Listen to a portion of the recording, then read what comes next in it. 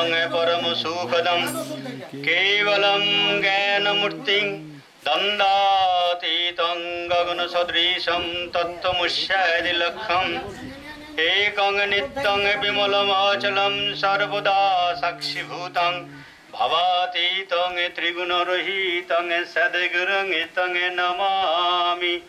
ॐ यस्माज्जातं जगत् सर्वं यस्मिन्नेव विलीयते येनेदं धार्यते चैव तस्मै श्रीगुरवे नमः।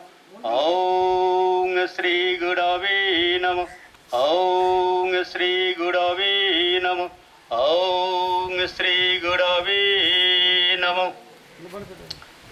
সমবেত সুধীবৃন্দ সকলকে আমি প্রথমে জানাই শ্রদ্ধা, প্রণাম, স্নেহ, প্রীতি, শুভেচ্ছা এবং সর্বোপরি আমি প্রণাম জানাই এখানে উপস্থিত আমাদের দিব্য জীবন সঙ্গীর স্বামীজি শিবচিদানন্দ মহারাজকে। আজ আমরা এইরকম একটা শুভ দিনে এইভাবে যে আমরা স্বামীজিকে কাছে পাবো, এইভাবে যে ওই স্বর্গ, দিব্য মানে স্বর্গত যেখানে তিনি অবস্থান করেন ঋষিকেশ, সেই উত্তরাখণ্ড যা কিছুদিন আগে প্লাবিত হয়ে গেল প্রকৃতির ধ্বংসলীলায়, সেই ঋষিকেশ থেকে তিনি এসেছেন আমাদের মাঝখানে। আমাদের কত সৌভাগ্য যে আমাদের জ্ঞানের উন্মেষ করানোর জন্য, আমাদেরকে পথ প্রদর্শনের জন্য তিনি ওইখান থেকে বার্তা পাঠান। আমরা আমাদের সুভদ্রার এই সুবোধ মুখার্জির মাধ্যমে শুনতে পাই এই স্বামীজিদের কথা। আমরা তো আগে চোখে দেখিনি বা আমরা ঋষিকেশের এই আশ্রম দেখিনি, কিন্তু সুভদ্রার মুখ থেকে শুনে অনুভব করেছি দেখ স্বর্গীয় সৌন্দর্য সুষমা ওই রকম জায়গায় বিরাজিত। তাই আমরা সেই স্বর্গীয় সেই দেবমানবকে আমরা আমাদের মাঝখানে পেয়েছি, এটা আমাদের ভীষণ আনন্দ। সে আমরা ভোগার্থী গান শুনেছি না, আই আনন্দের আর সীমা নাই রে। আমরা আপন ঘরে ঠাকুর পেয়ে আনন্দের আর সীমা নাই।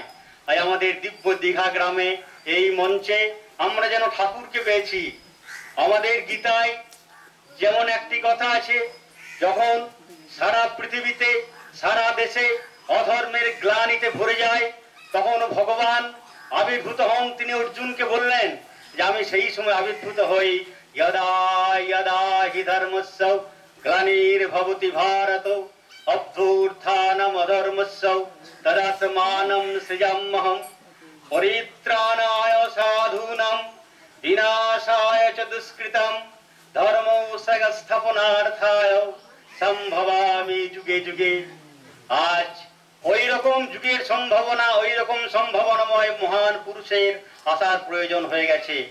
আজ সারা ভারতবর্ষের বুকে, সারা পশ্চিম বাংলার বুকে যে তাণ্ডব লীলা চলছে, মানব সভ্যতা যে ধ্বংসের অধঃপতনে পতিত হয়েছে, সেই জায়গায় এই মহারাজরা এই ভগবানের স্বরূপ নিয়ে, গুরুরূপিত ভগবান, ভগবান তো গুরুরূপে আসেন মানুষের মাঝখানে, তাই মহান গুরু ভগবান গুরুরূপে আমাদের কাছে এসেছেন এই ভারতবর্ষের পরিত্রাণের জন্য।